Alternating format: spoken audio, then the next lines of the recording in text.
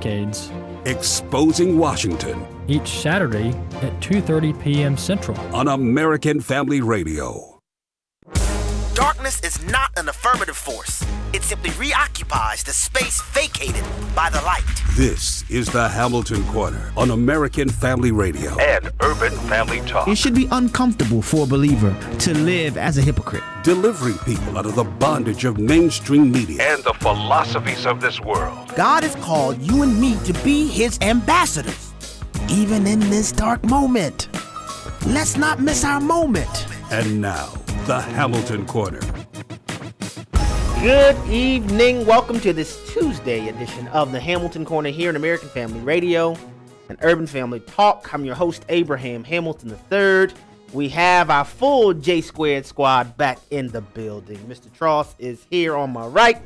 Jeff Reed on my left. Hannah is still screening calls. She said, I'm not leaving just yet. I'm so glad you guys have joined us for today's program. And I'm going to tell you, I'm going in today. But first, I want to remind you, if you have been, well, let me say it this way. It is evident that there is an attack launched at the family. Globally, yes, but here in America for sure. To respond to that attack, Urban Family Talk, Urban Family Communications has provided for you a conference called the Urban Family Talk Marriage, Family, and Life Conference that will take place in Tupelo, Mississippi at Hope Church August 17th and 18th. It will be an amazing time. We will have speakers like Ryan Baumberger from the Radiance Foundation, who has been a front lines general in the fight for life. We'll have Dr. Clarence Schuler, who's been a guest on this program, who is a marriage counselor. He will be there to provide some insight. Mickey Addison, who has been a guest host on this program many times. I've heard how many in the audience absolutely loves her. She will be one of the speakers. Will Addison, her husband, will be there. He has been a guest on this program as well. So it's going to be an amazing time. I'll be there. I didn't say that. I'll be speaking as well. It's just going to be an amazing time where we really want to buckle down and to provide some resources and to undergird the family, man. Undergird the family. As the family goes, so goes the church. As the church goes, so goes society. That you will never be able to out-church or out-public policy a deficiency in the family. It won't happen. It will not happen. So I invite you to come. It's very, very reasonable, cost-effective. It will begin on Friday the 17th. It will start that morning. Each morning we'll begin with worship and song led by Adam and Tara, the Lowrys, as well as Cam, who is an artist. It's going to be an amazing time. Go to urbanfamilytalk.com for all of the information. You can register there. It is going to be an event that you will be sorry you didn't participate in if you miss it. urbanfamilytalk.com. You do not want to miss that. I also want to say, I haven't forgotten, today there are primary elections in the state of Arkansas and Washington, D.C. In Arkansas, there is the primary runoff elections that are happening now. So please, I say it all the time, do not allow the primary elections to go by without your participation. That is where we have the greatest influence in determining who will be the candidates in the general election. Many people complain about being reduced to voting for the lesser of two evils. When that happens, it is because we have not had a sufficient amount of participation in the primary elections. So please, Arkansas, Washington, D.C., please go out and vote today. There's still time for you to do so, so I encourage you to do it. Okay. Now we're going to turn to, as is our custom, the Word of God. We're going to start in Nehemiah chapter 4. Nehemiah chapter 4. I'm going to start at verse 15 and go on to verse 22. A good way to keep your mind wrapped around Nehemiah and Ezra. Well, let me say it this way. Both Nehemiah and Ezra were leaders amongst the Israelite community in returning to Judah after the conclusion of the Babylonian exile that began with the Babylonians and moved over to the Medes and Persians. Okay, under the Persian rule, the Jews were allowed to return back to Israel. Ezra led the campaign to rebuild the city of Jerusalem.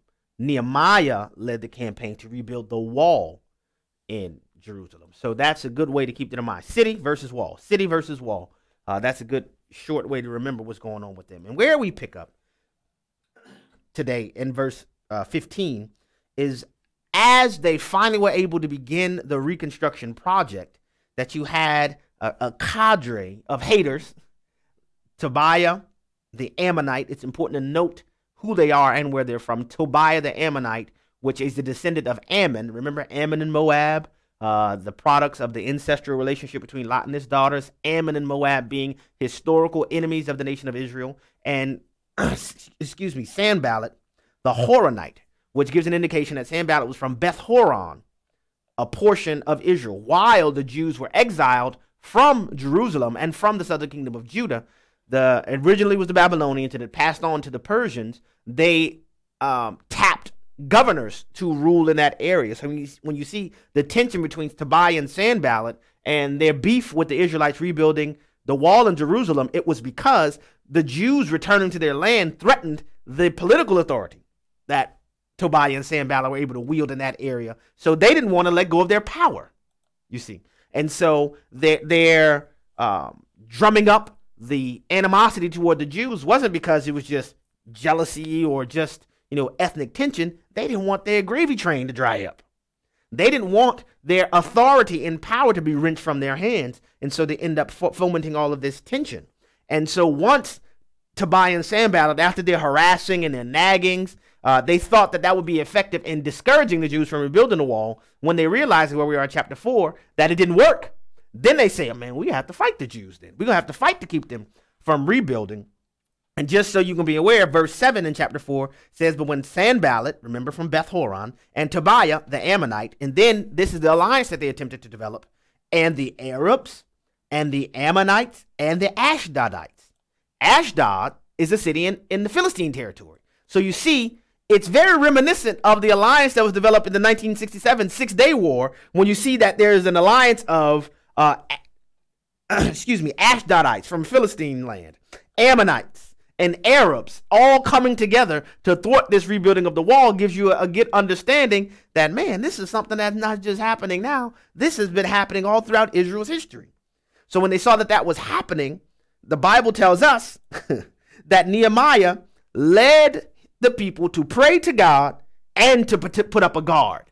So they cry out to the Lord and they prepare themselves to defend themselves. It's not either or, it's both and. And so with that background, we're going to pick up at verse 15. And I'll read it and make some comments. Here we go.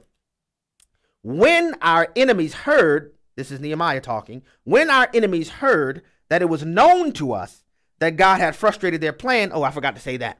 Because this alliance between the Ashdodites and the Ammonites and the Arabs and Tobiah and Sanballat, they planned to launch a sneak attack on the Jews when they were trying to build a wall. They were going to try to, we said it back in where I grew up, they're going to sneak them. They were going to try to sneak them. But Nehemiah then says this in verse 15, when our enemies heard that it was known to us that God had frustrated their plan, we all returned to the wall, each to his work. From that day on, half of my servants worked on construction and half held the spears, shields, bows, and coats of mail. And the leaders stood behind the whole house of Judah who were building on the wall. Those who carried burdens were loaded in such a way that each labored on the work with one hand and held his weapon with the other. Just in case you're not aware, coats of mail, the old style, European movies where knights would fight. The coats of mail are the chain link kind of drapes that they would have underneath the armor. That is a source of armor in and of itself. This is what they had. And I'm going to read verse 17 again. Those who carried burdens were loaded in such a way that each labored on the work with one hand and held his weapon with the other. Verse 18. And each of the builders had his sword strapped at his side while he built. The man who sounded the trumpet was beside me. And I said to the nobles and to the officials and to the rest of the people, the work is great and widely spread, and we are separated on the wall far from one another. In the place where you hear the sound of the trumpet, rally to us there. Our God will fight for us. So we labored at the work, and half of them held the spears from the break of dawn until the stars came out, from sunrise to sunset. Verse 22, I also said to the people at that time, let every man and his servant pass the night within Jerusalem. though they may be a guard for us by night and may labor by day. So neither I nor my brothers, nor my servants, nor the men of the guard who followed me, none of us took off our clothes. Each kept his weapon at his right hand. Now, what I want to say today is not as much a biblical exposition as an encouragement based on this picture we have here. Here you have a God-ordained work where Nehemiah has been dispatched to take over the next phase of rebuilding Jerusalem. And here they're now building the wall. They get wind of a physical threat coming from someplace, right? From this wicked alliance of Arabs and Ammonites and Philistines. And Nehemiah says, this is what we're going to do. We're going to pray, yes, but we're going to strap up with our weapons. We're going to build the wall. We're not going to allow them to stop us from this work. But we will be, as the New Testament says, we will remain vigilant, but we will also be sober-minded. What I want to say today is that I want to encourage every believer to take the same instruction. That yes, we will labor to build. We will labor to respond to God's call on our lives, but we will not be ignorant to Satan's devices. We're going to not act as if there is not a real threat, that there is not an enemy of our souls who walks about as a roaring lion, seeking whom he may devour. In the book of Daniel, the Bible talks about in chapter 7 that that there would be efforts to weary the saints. To weary the saints. Much of what many of us are facing are efforts to weary the saints, to get us, as we are endeavoring to obey the Lord, to get us to put our weapons down, to act as though we are not aware that we are engaged in spiritual warfare. There is too much, in my opinion, there is too much willingness among the body of Christ to engage in natural banter about what is happening without any regard to the fact that, hey, this is spiritual warfare. That there are real forces that look to pursue and to accomplish demonic agendas. That there are truly people that are being used by the wicked one to accomplish his goals. Because we don't want to only build the wall, we want to make sure we have our weapons by our sides. And the thing that gives me great encouragement from Nehemiah's example is that, man, God is so good, that he enables us to be sober-minded and vigilant. It doesn't have to be an either or. Some would say, well, Nehemiah should just pray. Others would say, well, Nehemiah should just build. No, it's not either or, it's both and. We continue to build. We continue to engage in the work of the ministry. We continue to engage in discipling, hopefully beginning in Jerusalem with our family members and expanding beyond Jerusalem to Samaria and the uttermost parts of the world. But we don't try to do so without a prayer life. We don't try to do so to engage in the ground warfare without air cover. Can I remind you that if you are a believer and you are endeavoring to pursue God's will for your life, that you will not be able to accomplish that with a prayerlessness? And I said yesterday, zeal and knowledge, having a zeal, but according to knowledge. It applies in this regard as well. It doesn't matter if you are passionate about the things that are happening. If your passion does not boil over into your prayer room, you may be denying yourself of the very ammunition that is needed to be effective in building the wall. Nehemiah, not only him, the Bible tells us plainly, he didn't only give orders to other people, but he was right there next to the soldiers and the builders. He said, our people and me. Or in verse 23, so neither I nor my brothers, nor my servants, nor the men of the guard who followed me, none of us took off our clothes. Nehemiah is saying, you might think we're sleeping, but we're ready to wage war. We are ready to respond to the threats, whether they come while we are building, whether they come while it appears that we're asleep. We are ready to respond. And brothers and sisters, this is what I want to encourage us with today, that we want to take Nehemiah's example and build the wall. Yes, attend to the construction, but to do so with the sword strapped on our hips. To do so fully aware of the fact that our attention is not merely to construction, it is also to wage war. It is also to be engaged. Because if we try to navigate everything around us with our,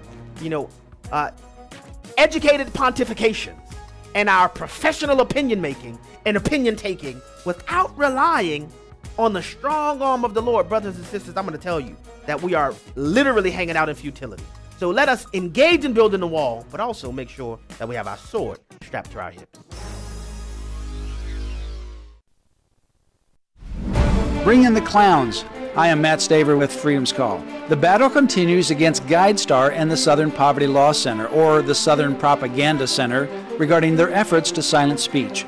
Liberty Counsel sued GuideStar under the Lanham Act, which prohibits making false and misleading characterizations of a group's goods or services. The district court dismissed the complaint, but GuideStar argued the dismissal should be upheld because Liberty Counsel's lawsuit represents an attempt to silence its speech on a public issue. Seriously? GuideStar's claim is comical since it has partnered with the SPLC, which admits its mission is to completely destroy Liberty Counsel.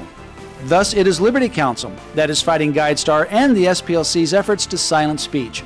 The SPLC and GuideStar want to reduce donations to Liberty Counsel and other pro-family organizations by spreading false accusations. Slander and libel are illegal for a good reason. Stay informed at lc.org.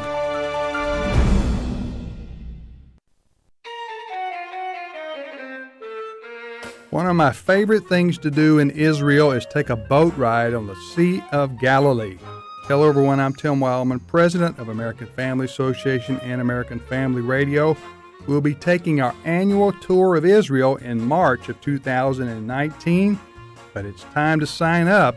We have a lot of folks sign up early, and last year, in fact, we filled up several months in advance. So for all the information on this trip to Israel, a bucket list trip for most people, go to the website twholyland.com. That's twholyland.com, or for a free brochure, call us at 800-FAMILIES, 800-FAMILIES, option 5, and leave us your name and your phone number. We'll be flying direct from the States to Tel Aviv and then begin our tour in Jerusalem of Israel. We hope you can join us in 2019. This is Tim Armstrong from the Worthy Walk radio program. I encourage you to listen as we work verse by verse through the scriptures each Sunday at 9:30 a.m. Central Time here on American Family Radio. Join me as we explore the Word of God and learn to apply its truths to our lives each day. The Worthy Walk radio program, Sundays at 9:30 a.m. Central Time on American Family Radio. What Solomon is saying here is, remember, God is in heaven and he sees everything. You are on earth and your vision is very limited. If you could see what God sees, you wouldn't be saying what you're saying. That's what Solomon is teaching us. Join Dr. David Jeremiah for his series, Searching for Heaven on Earth, next time on Turning Point. 5:30 a.m. and 7 p.m. Central on American Family Radio.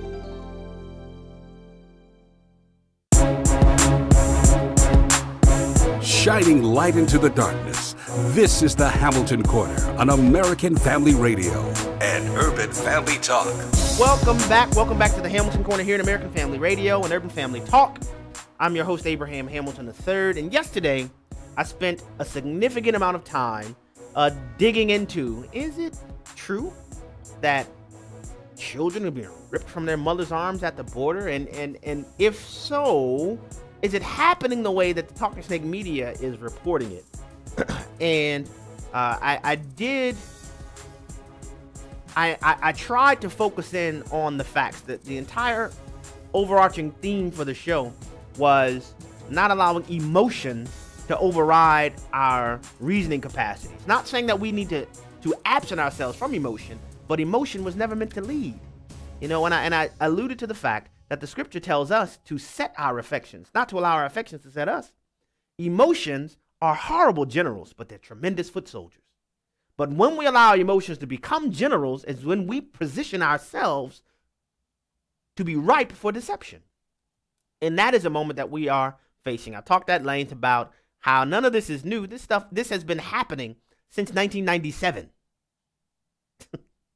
1997. There were reports as recently as 2016 about President Obama's administration doing the very same things, but you didn't hear any of this outcry from the mainstream media.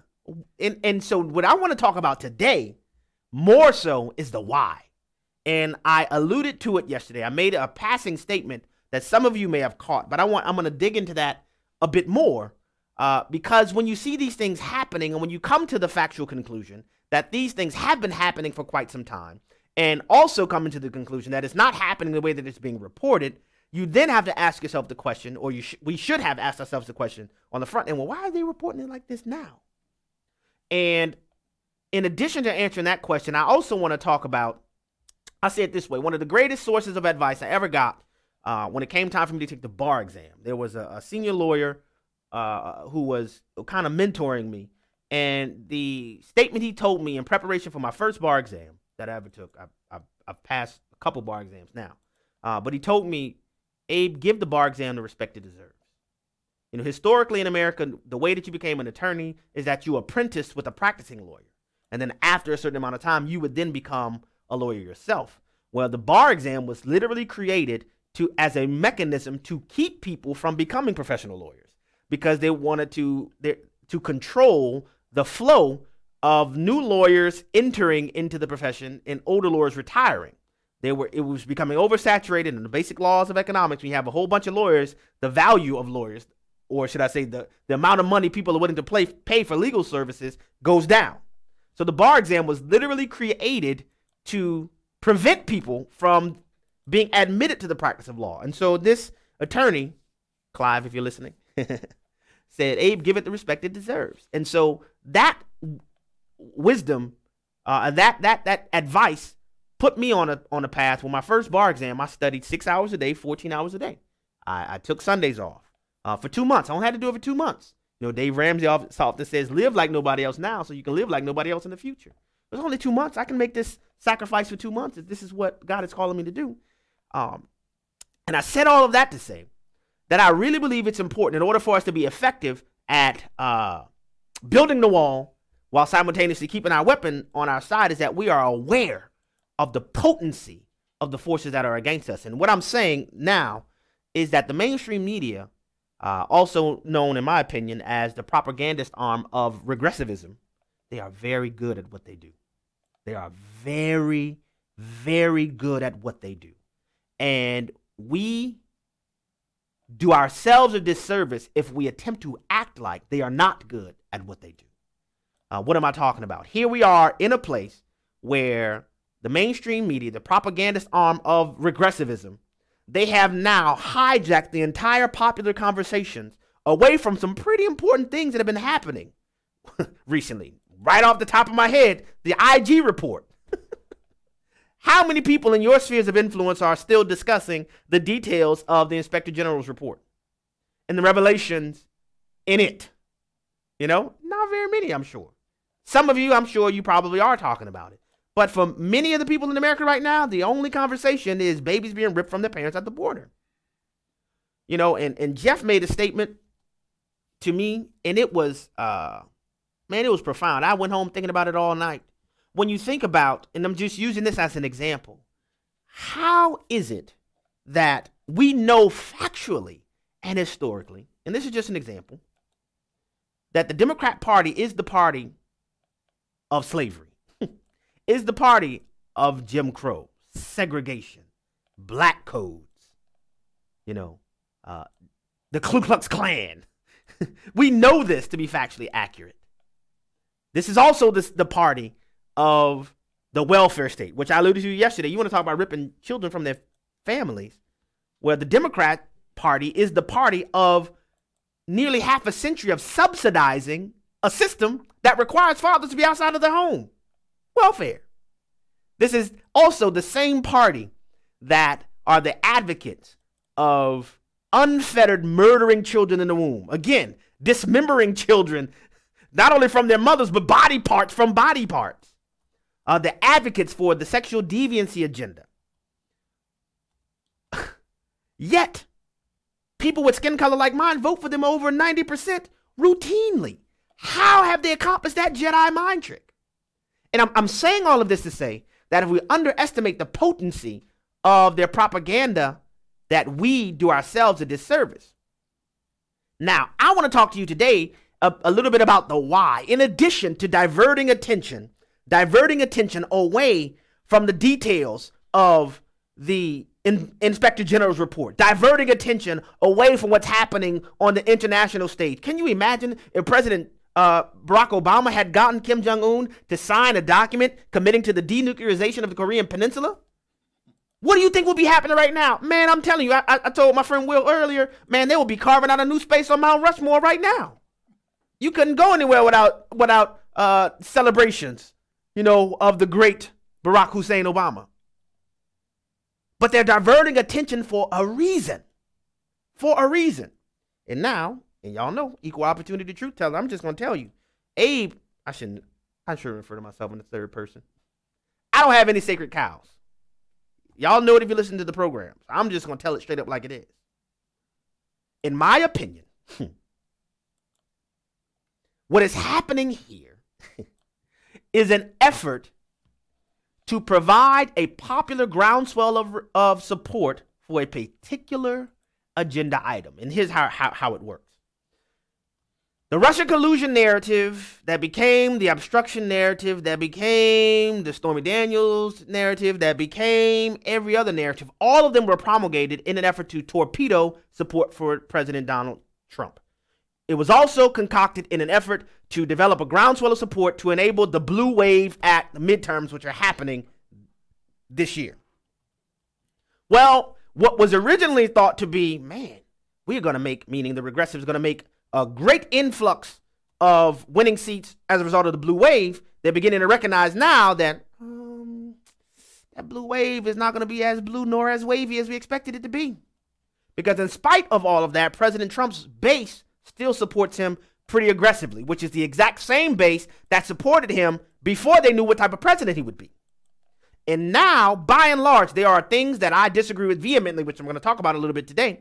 But by and large, the president has made good on many of his promises. So now that same base has gotten an opportunity to see how he governs, as well as some of the people that were on the fence. They really didn't like Hillary Clinton, maybe didn't like President Trump, but now they're seeing, man, this man is keeping a lot of his promises. Who expected that? So now that has many of the regressives in Washington shaking in their boots. Now, they won't come out and say this to you. They're going to resort to their most effective tool, which is propagandizing the American public. And so because they see, wait a minute, that midterm wave may not be as blue nor as wavy as we thought, and we really could face the prospect of Donald Trump winning in 2020.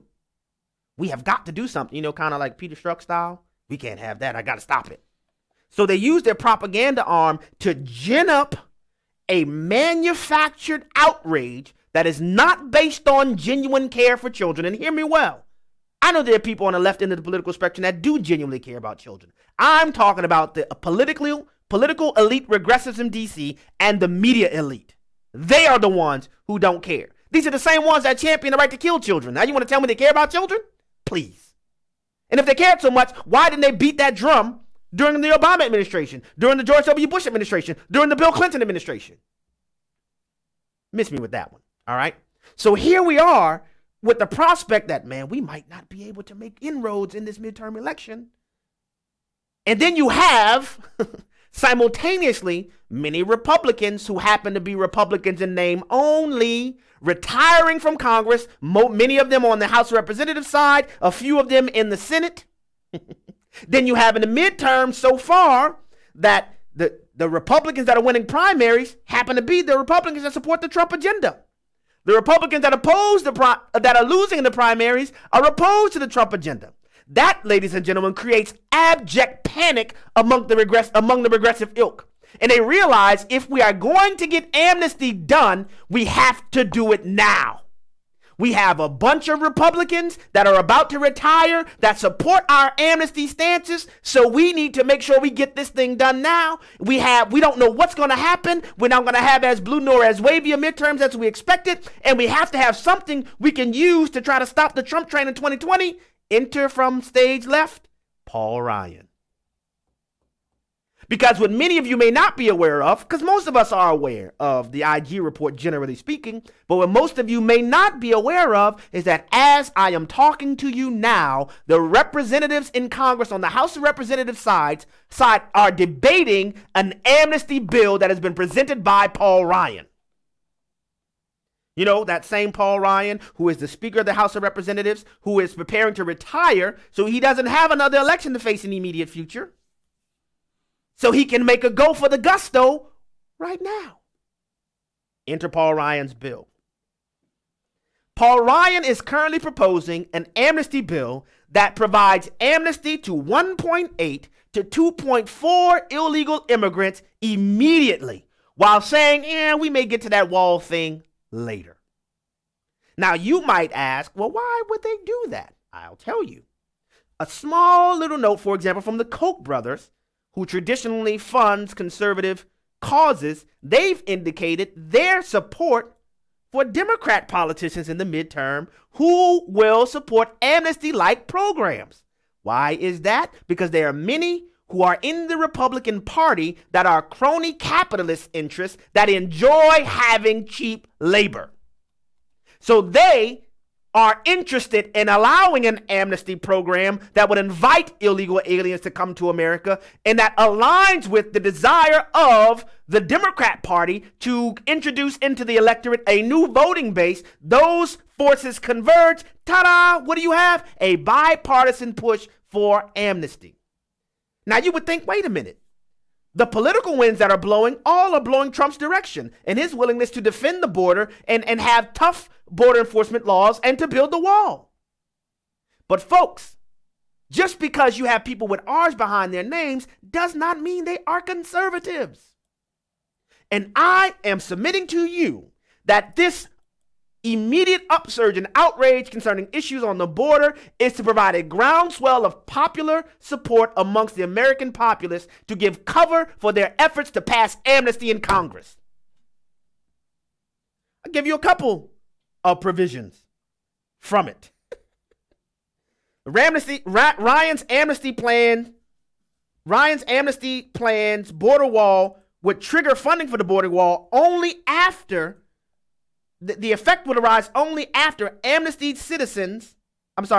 aliens would get on their special path to citizenship. This is from page 156 on the bill. Not whether they get amnesty in the first place. So it's tied into citizenship being granted. Ryan's amnesty plan creates a special path to citizenship for amnestied aliens, which would allow them to cut in line in front of people who have been playing by the rules to enter the United States legally. Page 197 of Paul Ryan's bill. Page 173 on Paul Ryan's bill. The amnesty plan says specifically that illegal aliens who are apprehended after the date of enactment of this bill, who are in removal proceedings, that's on page 174, or who have been ordered removed but ignored the order on page 175, they must be allowed to apply for amnesty if they are prima facie eligible. Now, what does that mean, folks? That means that the current immigration process of deportation would come to a screeching halt, because every person in that process under 40 years old would then immediately be able to apply for amnesty under Paul Ryan's bill. Now, this begs the question, why haven't the congressmen, the representatives, brought to the floor Bob Goodlatte's bill that answers issues concerning DACA without giving them a path to citizenship, without giving them access to the vote, and simultaneously ending chain migration, ending the diversity visa lottery, and providing money for President Trump's wall? Why hasn't that been brought to the floor in the House of Representatives that is dominated by Republicans? Plain and simple, Paul Ryan don't want it. As the House of Representatives Speaker, he has the authority to bring the legislation to the floor, but he won't bring it. You want to know why? Because Paul Ryan is in the pocket of the lobbyists on K Street, and he's more concerned about his future with his connection to the crony capitalists than he's concerned about the American people. Now, you can argue with that if you want, but I'm bringing you the facts. And I'm telling you that the swamp is a bipartisan institution, and it is high time for us to get our heads out of the sand and recognize this and to stop allowing these people, no matter what side of the aisle you're coming from, to take our votes for granted. Here he has now, he's retired, he's not going to run for election again, and now he's carrying the water of crony capitalists who are willing to sing kumbaya with the globalist Democrats so they can push amnesty. That's what this is about. That is what this is about.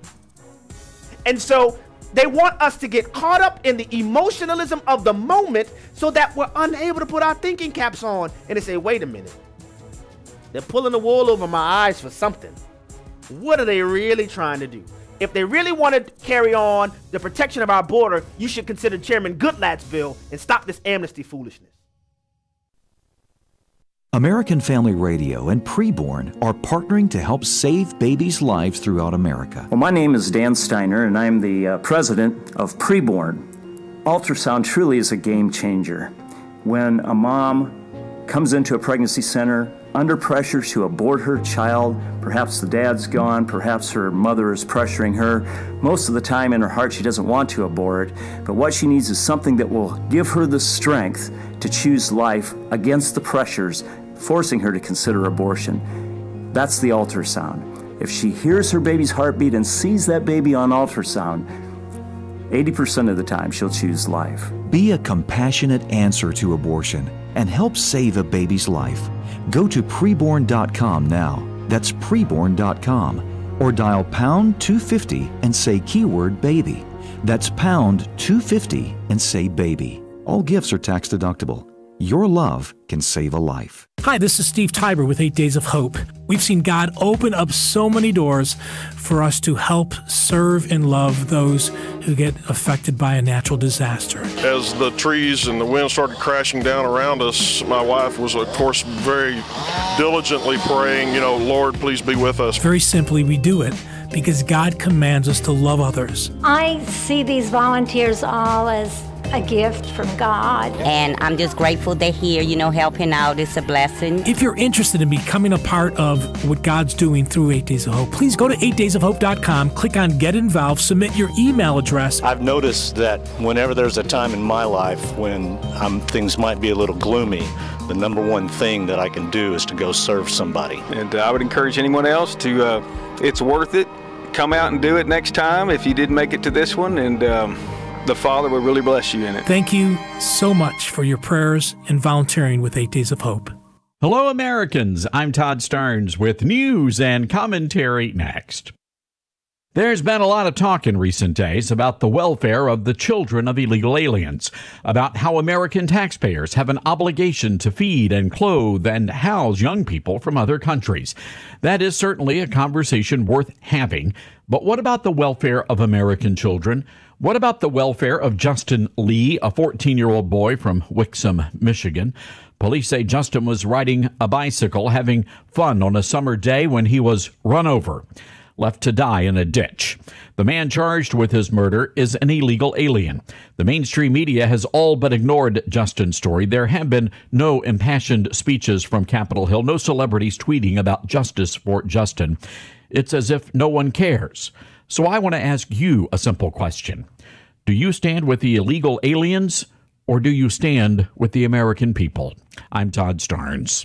The Hamilton Corner podcast and one-minute commentaries are available at afr.net and urbanfamilytalk.com. Back to the Hamilton Corner on American Family Radio and Urban Family Talk. Welcome back to the Hamilton Corner here in American Family Radio and Urban Family Talk. Kind of going in a little bit on the Republicrats. Folks, that's why we have to get out of this partisan idolatry, man.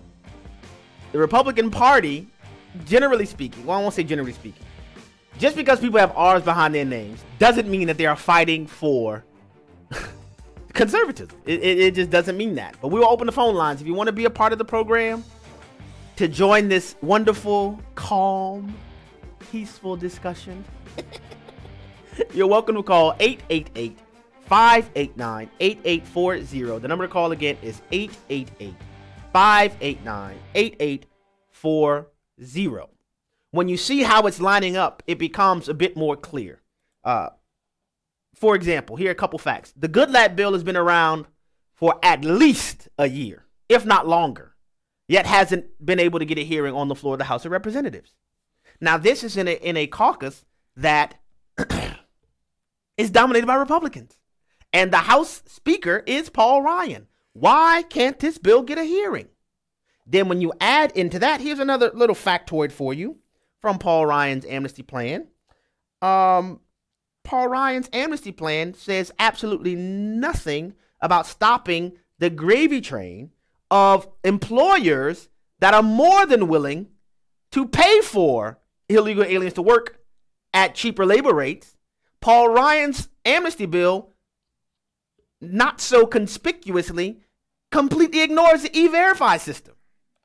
Now, why would you think he does that?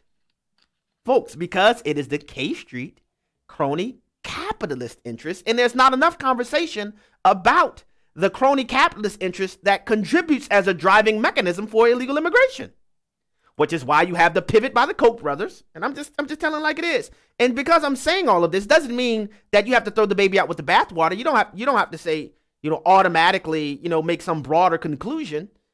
But the Koch brothers have said, okay, but we are going to fund Democrat candidates who support amnesty. Why would they do that? Crony capitalism. The corporate interests. So what I'm saying, again, and just in case anybody has any doubts, and I know this may make some people uncomfortable, I understand that. Here is a recent example that you have to go on, which was one of the errors President Trump has made, in my opinion, which is signing the most recent omnibus bill. But remember the conversation surrounding the budget fight? Oh, we can't get a conservative budget through. We can't get this conservative budget through. And then, ta-da, what do you have? All of a sudden, overnight, there's a 2,000-plus page omnibus bill that just came out of nowhere. And then it was voted and passed just like that. Now, do you really think those 2,000 pages came out of nowhere? No, folks. Paul Ryan had been working on that along with his regressive acolytes that made Chuck Schumer gleefully admit, man, we got more out of this budget deal than we ever could have gotten in the majority. It's the same Paul Ryan, folks. It's the same Paul Ryan. And when you see he's retiring, many other Republican congressmen are retiring, and they reading the tea leaves, they're seeing that this blue wave, and I'm going to say it again, it's not going to be as blue nor as wavy. They're like, ruh-roh, if we're going to get it done, we have to get it done now. And then here you go. The propaganda arm arises. Bum-ba-da-bum. It's very Saul Alinsky-like. You manufacture a crisis, and nobody in the main streets and highways and hedges of America are talking about the IG report, talking about North Korea, talking about any of those things anymore. All they're talking about is babies being ripped from their mothers on the border.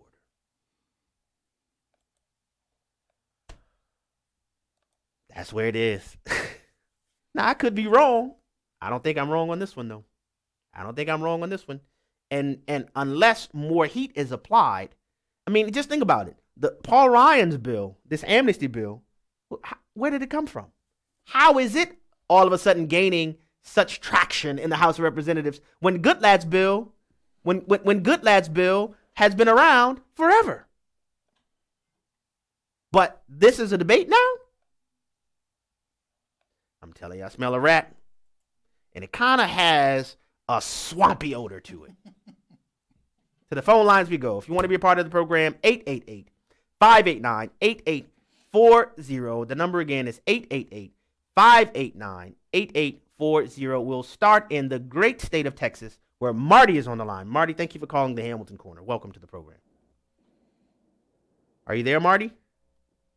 I sure am. Hello, Abraham. Hello, Marty. Thank you for calling. Afternoon. I'm doing very well. Thank you for calling the program. Go right ahead. First of all, thank you for what you do. Second of all, Paul Ryan is anything except a Republican. Everybody kind of forgets that his wife is one of the largest Democratic lobbyists in Washington. And he has been pushing more Democratic things than ever conservative. Marty, you're hitting the nail on the head. You're hitting the nail on the head. And again, as the Speaker of the House, one of his objectives and priorities that he has the opportunity to do is to govern what comes to the floor and what doesn't. He also has the prerogative to appoint committee chairman and subcommittee chairman, which means that he has the authority to establish the ranking authority members in the subcommittees and in the committees. So they determine what measures come to the floor. And there is a pretty significant history that if You don't do what he likes, you could be stripped of your chairmanship in the House of Representatives. Now, I know that's inside baseball, but these are the things that are not discussed very much publicly, and I think they need to be discussed. They need to be discussed. Back to the phone lines we go. We'll stay in the great state of Texas, where Denise is on the line. Denise, thank you for calling the Hamilton Corner. Welcome to the program.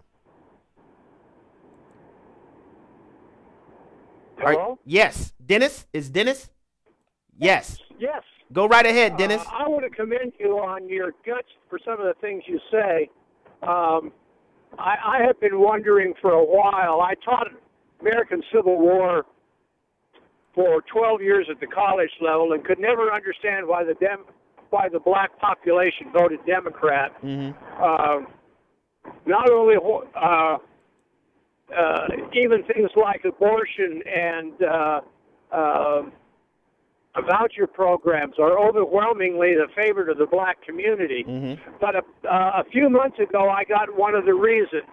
I saw in an article written by one of the most famous black pastors, not only in the country, but here in the Dallas-Fort Worth area. I won't mention him. You would know his name immediately. And he wrote an article saying that the black community needs to vote for the Democrats because it was the Democrats who got rid of slavery and got rid of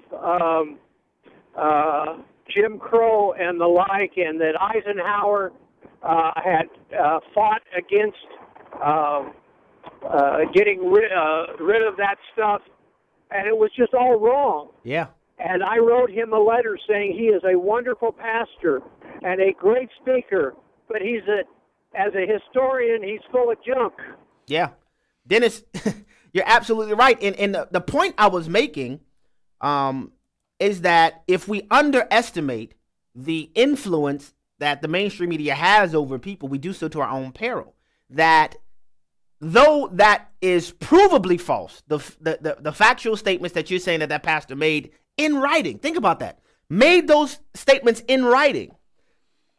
Those things are demonstrably false, but they don't cut away from the narrative that is put forth. And it is unfortunate, but it results in the type of, you have to describe it as political obeisance that happens nowhere else, anywhere else. And I'm telling you that there is the combination of visual presentations and emotional appeals are powerful, which is why I'm suggesting in order to be able to break through with truth, we cannot merely rely on natural recourses, that we must have the spiritual import, that the Spirit of God must empower us to break through. He must empower us to break through. Otherwise, we'll be spinning our wheels with natural reasoning. Back to the phone lines. We'll go next to my home state, Louisiana, where David is on the line. David, thank you for calling the Hamilton Corner. Welcome to the program. Hey, good day, Mr. Hamilton. Yes, I'd like to shine a light on something. To me, I see a parallel with with the media, Hollywood, the progressives, whether they be Democrats or Republican. If you remember when this same-sex marriage issue came up, we as Christians who believe what we believe simply because this is what our faith tells us, all of a sudden we're the worst problems of this world. We're the haters. And here we are sitting in front of this immigration issue, and the same people who are pointing the finger and calling us haters are continuing this beating of the drum of their demands. They don't want to compromise, but they want it this way, and that's what they're going to get. David, you're spot on with that. And there is a parallel. Friedrich Nietzsche, who said that religion is the opiate of the masses. Karl Marx identified Christians as the primary opponent, the primary obstacle that must be overcome and destroyed in order for his communist panacea, his humanistic utopia, to take fruit. We should not be surprised. We should not be surprised that the refrain is to paint us as haters. Because if you look, the thing that's happening with immigration in America is not limited to America. It's happening all over the world. I know we live here, and oftentimes we get focused and bogged down on what's happening in America. And if you look around the world, America is like the lone nation sticking out like a sore thumb that's standing up against this globalist panacea. And I would submit to you, part of the reason why there's such vitriol against Donald Trump is because of that he stands in the face of unfettered globalism. You look in America's history, no matter what party affiliation the Oval Office occupant had, Democrat, Republican, the country continued moving in the same globalist direction. And I know that this may sound like black helicopterish for a lot of people, but I'm telling you that, Donald Trump, he's not from the secret societies. He's not on the in crowd, with the Council on Foreign Relations. He's not in the in clique with the Bilderbergers and all those other kind of people. And so for him to stand up and say, listen, we're not going to let America become a migrant camp on my watch, that makes them uncomfortable. It makes them very, very uncomfortable. Back to the phone lines we'll go. Next to Louisiana. We'll stay in Louisiana, where Michael is on the line. Michael, thank you for calling the Hamilton Corner. Welcome to the program. Michael, are you there? Hey, Mr. Hamilton. Yes, sir. I don't know if you're a big guy, but you sure do talk like a big guy. I'll tell you this, Michael, I'm a little bigger than I used to be. Hallelujah. The only thing that saddens me about this whole thing is all the friends that I have, a lot of my friends that are not Christian, they never get to hear you or hear anything like this because you won't hear this on the mainstream media. I think you ought to try to get a program on Fox News Channel. Well, Michael, look, why don't you call the Murdochs and you set it up, and we'll see what we can do. In the meantime, you let everybody know the Hamilton Corner is on every day, 5 to 6. There's no excuses from being able to get into the corner. You can get it on your YouTube, the Hamilton Corner channel, Facebook Live, the radio. You can go to afr.net. You can go to urbanfamilytalk.com. There are plenty places you can go to get the program now. But thank you so much, Michael, for your call. I really, really appreciate it. We'll stay on the phone lines. We'll go now. Let's go back to Texas, where Ricardo is on the line. Ricardo, thank you for calling the Hamilton Corner. Are you there, Ricardo?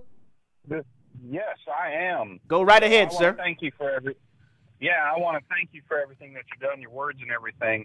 I wanted to also agree with you when you were talking about the Paul Ryan bill. Mm-hmm. I also see it kind of like a fact that if they don't get the I think it's the 60 votes to make it veto-proof, it's going to, my opinion, it's going to go to Trump's desk, and he's going to veto it, and they're just going to blame it on him again, saying that he doesn't want to do anything about immigration, which is totally false. Yes, Ricardo, spot on, because that's what I expect to happen. They want to pass this bill with the groundswell of support from the populace and to put President Trump in a position to where he's the big bad wolf that doesn't care about children being ripped from their mothers on the border, and to put pressure on him to build campaign issues for 18, hopefully, but especially to build it for 2020. I think you're spot on. We'll get one more in. We'll stay in Texas where Carol is on the line. Carol, thank you for calling the Hamilton Corner. Welcome to the program. I don't know what's going on. Are you there, Carol? Yes, I am. Yes. Hi. Welcome to the program, Carol. Go right ahead. I got a couple of situations or questions for you. First thing I want to say is you don't have to be very big. You just have to carry a big stick. Hey. Second of all, you were talking about getting away from the ideologies of the Democrats and Republicans. And my question to you is this. If we are constantly told that if we vote for libertarianism or whoever, is running against somebody, that we're pulling votes away from the Republican Party, and ultimately what will happen is the Democrat in that race will end up winning. So how are we supposed to actually get away from that ideology and that way of thinking if that seems to be the case? Yeah, thank you very much for your question. With the seconds I have remaining, I'll answer. What I'm suggesting is simply not to have a blind allegiance to any one party, that we make our decisions based on the individual, not the party affiliation.